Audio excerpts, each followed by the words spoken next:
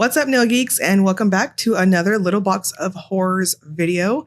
This month we have the theme of villains, and I have a few really good ones to show you all. The shop is open for another week at this point, so without further ado, let's dive right in.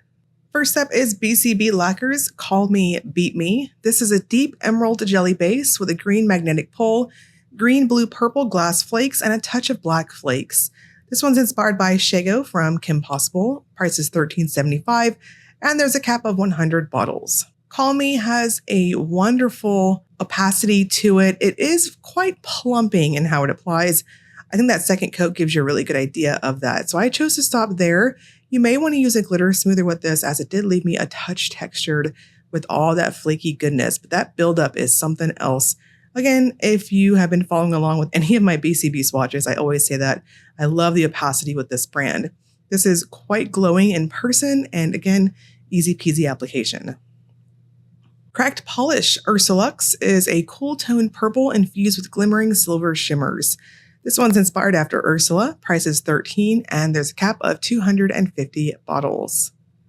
This is such a glowy type of purple. I'm not a big purple polish fan myself, but these types of colors, there's jewel toned, very fall type of shades, always get me too. So I sometimes can understand the purple hype. This is excellent opacity here too. I chose to do one light coat and then one somewhat heavier coat on the second coat, and I was good to go. This will dry down semi-flat, but I think any top coat is going to be just fine. Danglefoot brings us two polishes this month. This first one is Come Along Kiddie Winkies. This is a medium blue with gold peach green shimmer and pink reflective glitter. This one's inspired by the child catcher from Chitty Chitty Bang Bang. Price is $14, and there's a cap of 75 bottles. This has a jelly formula to it. It is on the lighter side in terms of how it built up, but I chose to stop at 2 coats because this is one of those true reflective glitter finishes. It's got a strong squishy factor to it, and I needed to save room for a glitter smoother. So I chose to stop at 2 normal for me coats, and I thought it was just fine. I think natural nails, you're not really going to see much of a smile line. Danglefoot's next polish is I Am King, King, King. This is a slightly mauve-leaning pink linear holographic base with silver holographic flakes and a touch of shimmer. This one's inspired after King John from Robin Hood. Price is $14, and there's a cap of 75 bottles. This is an excellent, almost one coat wonder polish. I chose to do 2 light coats, which is what I typically do even with one coaters. I like to just maximize all the goodies there, and 2 coats is all I needed. It is beautiful. This is holographic good. One of my top picks this month. Jen & Barry's Hair Razor is a burgundy base with rust-colored magnetic shimmer. When magnetized, it has a subtle, deep red shimmer that appears. This one's been inspired by Mother Gothel from Tangled. Price is $13.50, and there's no cap. I do agree with that official description. I don't know. I wouldn't really want to count this one as being a subtle type of magnetic. I do think it's quite obvious in person. I think my full hand shot gives you a good idea of that, especially after I've seen some real light magnetics over the years, I guess at this point. This has a kind of standard type of formula to it, almost metallic in how it builds up, really smooth on application and excellent opacity here too. I chose to do 2 coats and a glossy top coat. The magnetic pigment is very user-friendly. It was quick to snap to, no issues to report. Lemming Lacquer brings us a couple polishes this month. This first one is Catwoman, described as a black jelly with purple to red shimmer and teal holographic micro sparks, inspired by DC Comics Catwoman. Price is $14, and there's a cap of 100 bottles. Catwoman starts off pretty light. I almost wanted to classify it as a sheer, but as you build it up, it does offer decent coverage with the metallic pigment that's going throughout it. I'm going to suggest going up to 3 coats. I will strongly urge you to do those 3 coats. That way you'll have the most opacity. You can kind of see through my falsies here, but I think on natural nails, you're not going to see it just as much. So again, 3 coats and a glossy top coat. Lemming's The Enchantress is a blackened green jelly base with gold green to emerald green, multichrome, and chartreuse holographic micro sparks. This one is also after DC Comics, specifically The Enchantress. Price is $14, and there's a cap of 100 here too. This has an excellent metallic type of formula to it, very quick to hit opacity. 2 coats is all you need. It is very smooth on the nail, very satisfying on those brush strokes. I like the little micro sparks here. It gives a strong type of scattered sparkle, and I would suggest a thicker glossy top coat. No texture to report though.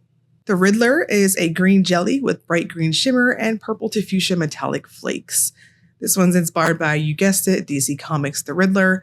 Price is $14 and there's a cap of 100 bottles. The Riddler is kind of like Catwoman in that it starts off almost sheer, how I would describe it, but as you go up on your coats, it's going to give this pseudo-like opacity because of all the shimmer packed full of it. This one also had a very smooth type of formula, which I was impressed with because the flakes are quite chonky going throughout it. I chose to stop at 2 coats just because it did have quite a bit of plumpness to it, and I would suggest possibly a glitter smoother if your top coat of choice is on the thinner side. Lastly, for Lemming is Too Faced. This is a blue jelly darkened by black microflakes and set aflame by red to orange to gold flakes. This one's inspired by the art on the cover of Batman, One Bad Day, featuring Two-Face. This one is $14, also capped at $100. Too-Faced has a true jelly formula to it, and I really pushed the bar on this one.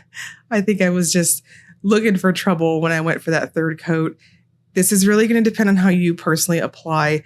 I wanted to push the bar on this one and go up to 3 coats to just maximize the base color itself and the flakes.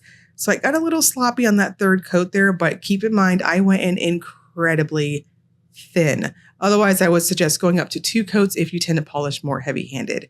You will probably need a glitter smoother with this one too. Lastly is Night Owl, I'd Rather Be Shiny. This is a blurple filled with gold holographic micro glitter flake and vibrant crystal flakes that shift red, magenta, orange, gold. This one's inspired by Tomatoa from Moana, one of my favorites, I should say, villains ever. This song is so freaking catchy. This is $13 with no cap. It has a standard type of formula to it, very easy to build up. I chose to stop at 2 coats and it was perfect. Surprisingly enough, with the micro glitters here, it didn't dry down to this like overly gritty type of way. So depending on your top coat of choice, you may not need a glitter smoother. It's just going to depend. And we're going to wrap this up with the Will It Topper segment. This is where I use a black swatch stick to demonstrate if polishes have layering capabilities. BCB Lacquers kind of works over black. I could see this also working over matchy-match greens for the base. Cracked is beautiful over black. I don't see it working any other way. It's so opaque. Both Danglefoots, I think, pass the test, although I Am King, I can't really see anything else outside of black, and it's so opaque. Gin and Berries also looks cool over black, but I don't really see a point anything else. Catwoman, I think, does pass the test. This one will look really cool over like purples and such. The Enchantress is too opaque, not a bad thing. The Riddler, I think this would be really cool over greens, like lots and lots of green colors.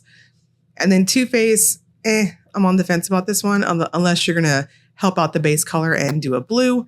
And then Night Owls, I'd Rather Be Shiny is just, I don't know, it's too pretty and sparkly. Why would you topper this one? The shop is currently open for orders. It's going to go until October 30th. I will link you all below to the website if you want to get in there and check it out. In addition to the Facebook group to see spoilers, all that good stuff. And as always, if you enjoyed the video, please like and subscribe. Thank you so much for watching.